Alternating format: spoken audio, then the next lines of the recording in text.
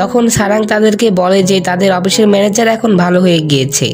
তখন তার বান্ধবীরা বলে যে তারা তো এখন পর্যন্ত অফিস থেকে কোনো বিজনেস ট্রিপে যেতে পারলো না। এই কথা শোনার পর গোন তাদেরকে বিজনেস ট্রিপে নিয়ে যাওয়ার জন্য ঠিক করে। আর তারা বিজনেস ট্রিপে যাওয়ার সময় সেখানে দেখে যে সেখানে স্যাংও চলে এসেছে। আর গোন তাকে থেকে ভয় পেতে থাকে যে স্যাং যেন তাদেরকে আবার বলে না দেয় যে সেই হলো অফিসের ম্যানেজার। তাই গোন তাদের সামনে স্যাংকে তাদের অফিসের ম্যানেজার বানিয়ে দেয়।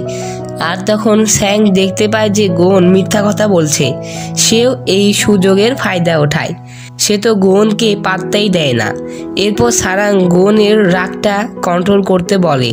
এই কথা বলে তারা প্লেনে ওঠার জন্য চলে যায়।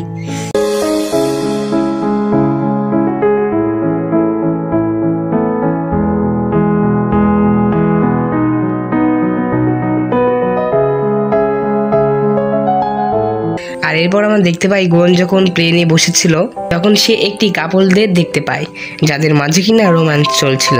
এটি দেখে গোনেরও তখন ইচ্ছা করে সারাঙ্গের সাথে বসার জন্য। অন্যদিকে দাইউল বলে যে সে তো পরিবার ও তার কাজকর্ম নিয়েই ব্যস্ত থাকে, এবার মনে হয় সে একটু শান্তি পাবে। আর অন্যদিকে আমরা দেখতে পাই যে সারাঙ্গের সাথে স্যাং বসেছিল। তখন স্যাং বলতে থাকে যে গোন কেন তাকে সবার সামনে তাকে অফিসের ম্যানেজার বলল। নিশ্চয়ই গোনের মনে স্যাং অবশ্যই একটি ম্যানেজারের মতোই। আর স্যাং এটিতে খুবই খুশি ছিল যে গোন তাকে ম্যানেজার বানিয়েছে। এরপরে গোন চলে আসে সারাঙ্গের পাশে বসার জন্য। গোন স্যাংকে বলে মনে হয় তাদের দুজনের সিট অদল বদল হয়ে গিয়েছে। গোন স্যাংকে তো পুরো ম্যানেজারের মতো সম্মান করতে থাকে। স্যাং খুশিতেই গোনকে জড়িয়ে ধরে তাকে এতটা সম্মান দেওয়ার জন্য। এরপরে গোন সারাঙ্গের পাশে বসার পরে বলে যে সে সবসময় সারাঙ্গের পাশেই বসবে। তখন সারাং বলে এমন একটা সিটে গোন কমফোর্টেবল আছে তো। তখন গোন তার সিটটি পেছনের দিকে পুশ করে। এতে করে পেছন থেকে দাইউল গোনের সাথে ঝগড়া করতে থাকে। আর সে বলে যে এবার তো সে গোনকে পেছন থেকে ধাক্কা মেরে দেবে। গোয়ানকে তো ম্যানেজার হিসেবে পরিচয় লুকিয়ে অসম্মান হতে হচ্ছে। এরপরে সারাং গোয়ানের হাতটি শক্ত করে ধরে নেয়। তারা সকলেই ট্রিপে থাইল্যান্ড এসেছিল। সব জায়গাতেই তো গোয়ানের দৃষ্টি শুধুমাত্র সারাংয়ের দিকেই ছিল। গোন কিছুক্ষণ পরে সারাংকে বলে যে তাকে খুব বেশি প্রীতি লাগছে। এরপরে তারা একটি সুন্দর হোটেলে চলে আসে থাকার জন্য।